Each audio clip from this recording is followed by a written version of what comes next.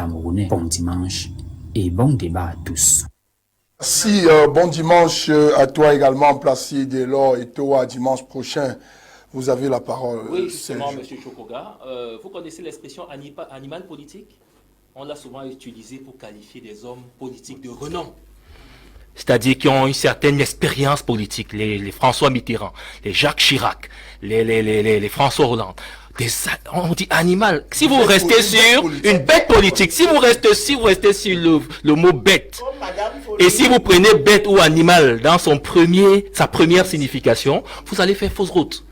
Et c'est ça la manipulation, M. Chokoga.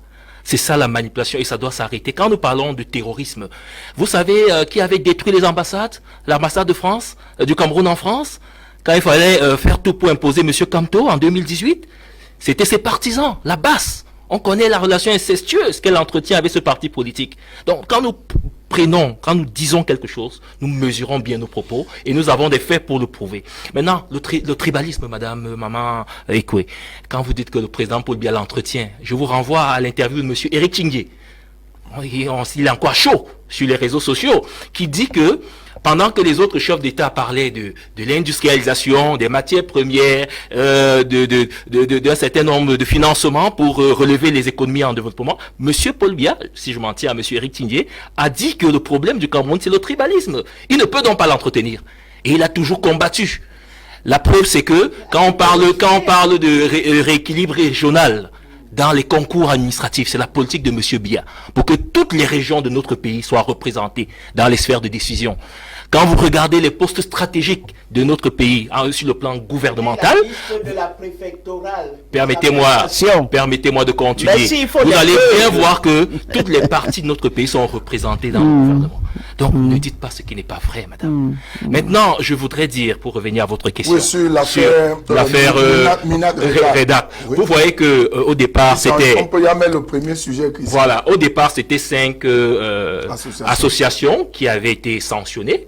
Mais maintenant, on arrive à un corps à corps entre le MINAT et le REDAC. Comme si c'était la seule ONG ou association, n'est-ce pas, association non lucrative, qui a été Mais est-ce que les actes autour ne démontrent pas que le REDAC était la cible centrale? Pourquoi on n'a pas scellé les autres sièges des autres associations au même moment que le siège du REDAC? Bon, je vous rappelle qu'il y a déjà un antécédent, M. Chokoga.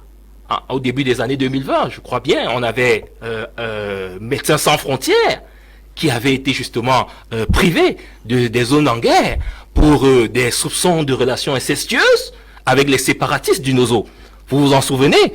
Donc ce n'est pas une chasse aux sorcières ou alors une chasse à l'homme à l'endroit d'une seule association. Non, mais c'est la manière dont cette association a pris, n'est-ce pas, a reçu cette sanction-là, qui, justement, entraîne le MINAT à investir davantage des mesures de rétorsion à l'endroit de cette association.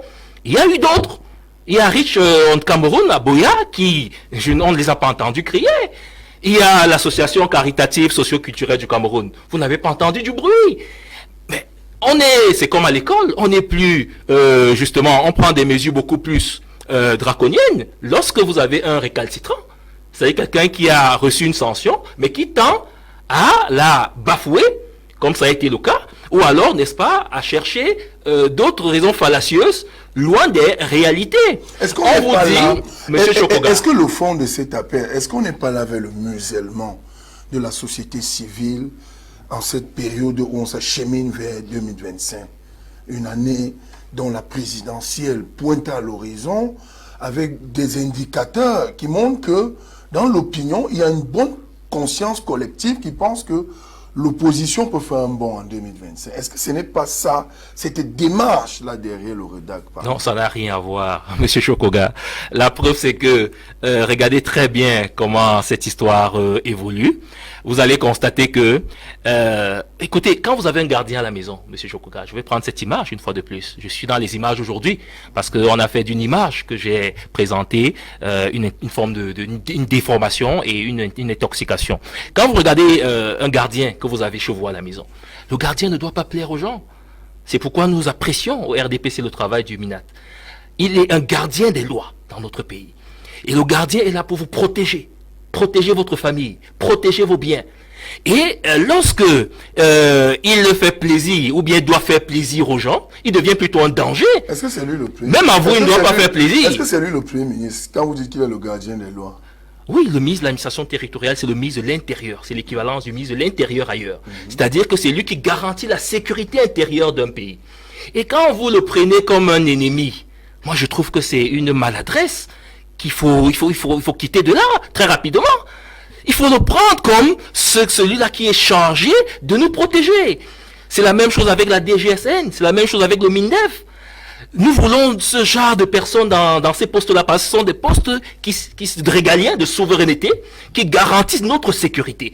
Et prendre ça donc avant, ceux qui ont occupé ce poste ne garantissaient pas la sécurité des Camerounais?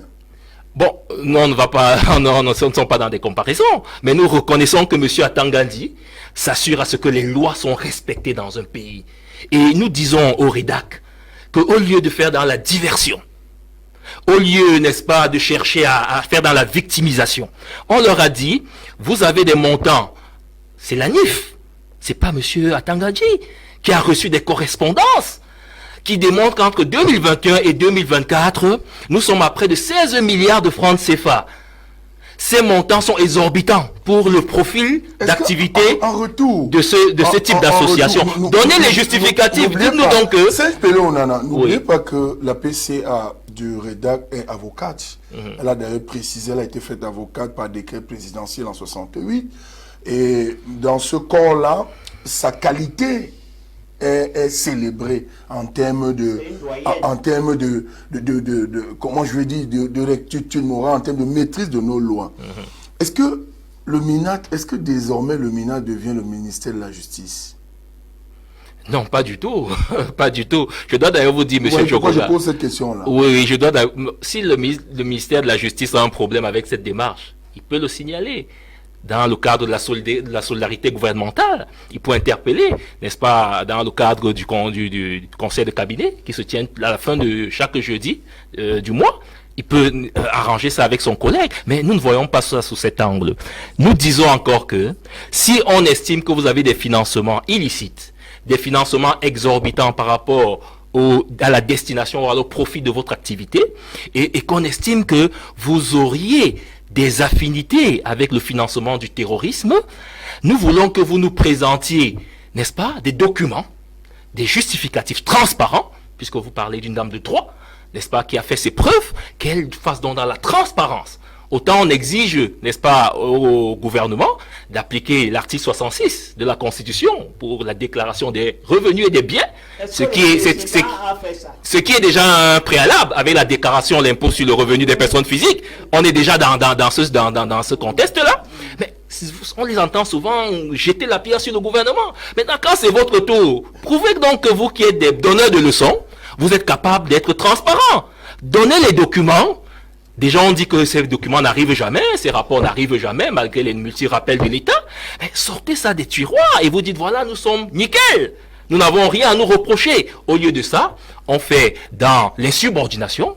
Est-ce que vous savez qu'enlever des scellés, si on vient ici, on dit qu'on a scellé le Conseil national de la communication, je prends un exemple, par exemple, à Immédiat Prime Télévision, vous n'avez pas le droit. Vous avez suivi, elle dit, quand elle est en train de briser les scellés, elle évoque les lois. Non, on ne brise pas les scellés quand on revendique être une personne de droit. Elle n'a pas encore été notifiée. Oui. Et son domicile ne peut pas être pris en assaut ou en état de siège sans qu'elle ne soit notifiée. Il y a des recours, M. Chokoga. Il y a des recours. Nous sommes dans un état de droit. Quand vous dites qu'il y a des recours, est-ce que vous ne donnez pas, vous n'êtes pas là en train de légitimer une république dont la répression, la force de la répression passe avant la force du droit? C'est-à-dire, un administrateur va sceller d'abord votre domicile avant de vous apporter les éléments qui lui permettent de vous sceller. Oui, je dis, on peut ne pas être d'accord avec une décision administrative, mais il faut d'abord l'appliquer. Et si on n'est pas d'accord, je le dis encore, le PCN n'était pas d'accord, n'est-ce pas, qu'on a en premier rang au sein du PCRN. Ils sont allés en justice. La justice a rendu le verdict. Elle a justement... Vous souhaitez que notre pays fonctionne comme ça alors? Et vous dites que nous sommes dans un état de droit? Non, c'est pourquoi les juridictions existent compétentes, M. Chokoga. Si vous vous sentez violé dans vos droits, vous avez des recours. Vous n'avez pas à vous faire justice, n'est-ce pas? Autant la justice populaire est répréhensible, autant la justice personnelle, vous n'avez pas à vous faire justice vous-même, vous avez des recours que... Il faut lui retirer la parole. Oui, il a la parole. J'en ai terminé, j'ai atterri. Merci. Arrêtez quoi? Oui. Cette affaire-là,